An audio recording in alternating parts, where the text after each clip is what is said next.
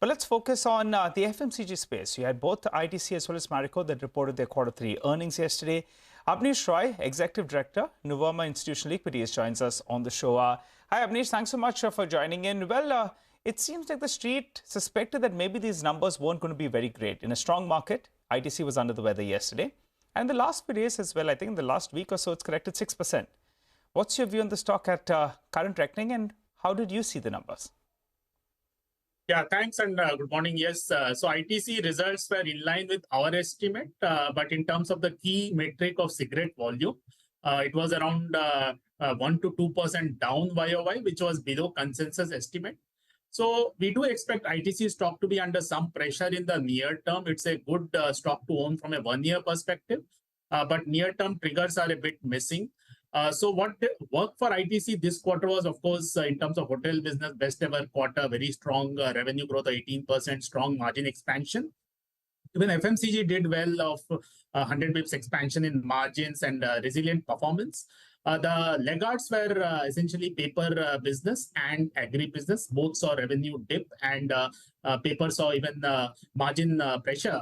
So cigarette volumes essentially had a high base issue. Last year, because of the budget expectation of a tax hike, the cigarette volumes had seen almost 5% quarter-on-quarter growth in the base quarter. So on that high base, cigarette volumes were down a bit only. But if you see a 2-year CAGR in cigarette business, it is still around 9%, which is a decent number. Now, the next trigger for the ITC stock will be the hotel demerger and post-elections when the new government comes, what's happening in the budget.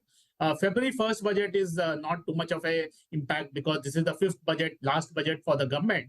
So we expect that when the new government comes, then we'll get to know on the tax hike. We don't expect a tax hike given cigarette volumes are a bit soft only for the legal industry. Plus, there is an overall slowdown. So slight cut in numbers will happen for the consensus. And that's why ITC stock slight pressure in near term could happen.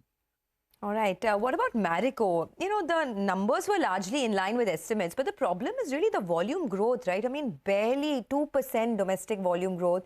It just showcases the kind of pressure that the rural markets are still facing. For a Marico investor, what do you do now? Yeah, so Marico also will be lower in terms of pecking order. Currently, we'll prefer Dabur and Imami in that space. So essentially, what worked for Marico was very strong gross margin and EBITDA margin expansion. And their premium personal care portfolio continues to do well. What did not work was, rightly you highlighted, volume definitely was soft, especially in foods. If you see X of the inorganic, the food growth was mid-single digit, which was disappointing. The competitive intensity is increasing from Tata Consumer, ITC in foods. In hair oil, clearly competitive intensity from Bajaj Consumer, Dabur, a lot of the regional players is there. And general rural slowdown is there. So net-net, if you see from 850 crore expectation of foods business this year, now they are likely to end to 750 crores. So Marico stock will be under some pressure. Its valuation is comforting, but it will be lower in terms of pecking order because growth has been challenging in terms of volume growth. Abneesh, hi, morning.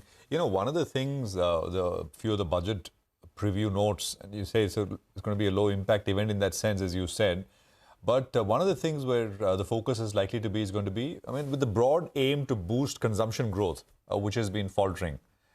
Various schemes, income schemes, and increasing the quantum of what is already there, etc. Do you think that perhaps is going to be one thrust, and is there any way to play it from in terms of your coverage universe? Yeah, so currently there is a slowdown across the board. You see apparel, footwear, spirits, FMCG. There's a broad-based slowdown, but there are still companies which are doing well. So we'll be positive on Pidilite. You saw the numbers, 10% plus volume growth, strong margin expansion. Nestle results will come. We are positive on that. It's more urban-focused company and doing well in rural also. We are still positive on Tata Consumer Colgate from longer-term perspective.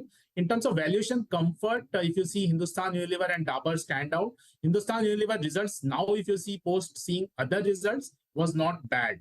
Hindustan Unilever already 5% volume growth in 2 of their key businesses there. And going ahead, we see margin expansion and pricing growth coming back for Hindustan Unilever in FY25. Dabur, if you see Q3 results, anyway, the update has come. We'll wait for the final results, but it will be decent versus most other names. So these are the 4-5 names where we have more comfort, definitely in terms of performance and risk reward also. All right, we leave it at that. Abneesh, thanks a lot for joining in. Appreciate your time here. Well, let's do one thing. Let us talk about the pre-opening rates now, which have settled largely in the green. I mean,